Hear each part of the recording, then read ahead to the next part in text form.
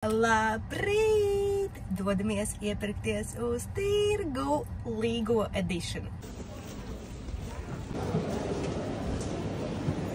Varētu lūdzu Līgo sieru šo pusīti?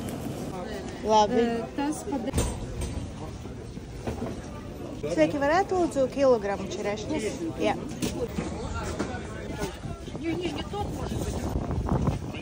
Sveiki, varētu lūdzu kilogramu gurķīšus?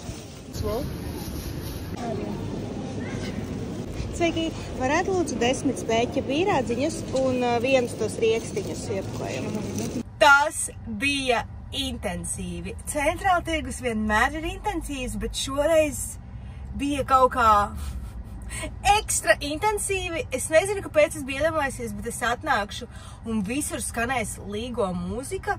Es nezinu, kāpēc, bet kamēr es vēl neesmu mājās, es izdomāju, ka es jums jau tagad parādīšu, ko tad es šoreiz iegādājos tirgo Līgo edition. Pirmkārt, es nopirku 2 vainadziņus. Vienu vīram, otru Markusam. Mēs vakarā visticamāk, kā dosimies līgot uz Dzeguškalnu. Dzeguškalnu? Jā, laikam Dzeguškalnu. Man likās, ka varētu būt ļoti forši, ja mums visiem būtu vainagi. Nu kā visiem? Es pāris gadus atpakaļ sev nopirku mākslīgo vainagu.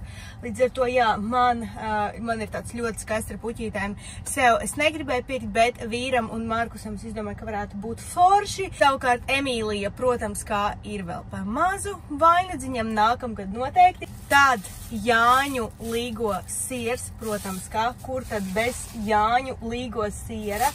Gurķīšus, jo mūsu mājās gurķi ir tā lieta, kuru mēs pērkam visvairāk un kuru pazūd visātrāk.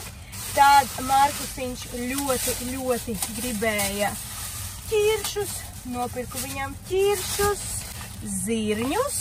Pēdējās 2 lietas, kuras es nopirku, ir speķa pīrādziņi, un tāpat es ieraudzīju šos te riekstiņus ar iebiezinātu pienu. Riekstiņi ar iebiezinātu pienu sevišķi garšo manam vīram, tā kā es domāju, ka viņš būs ļoti priecīgs. Tā kā jā, tas ir viss, ko es iegādājos Centrāla tirgo Līgo edition. Visiem novēlu priecīgus svētkus!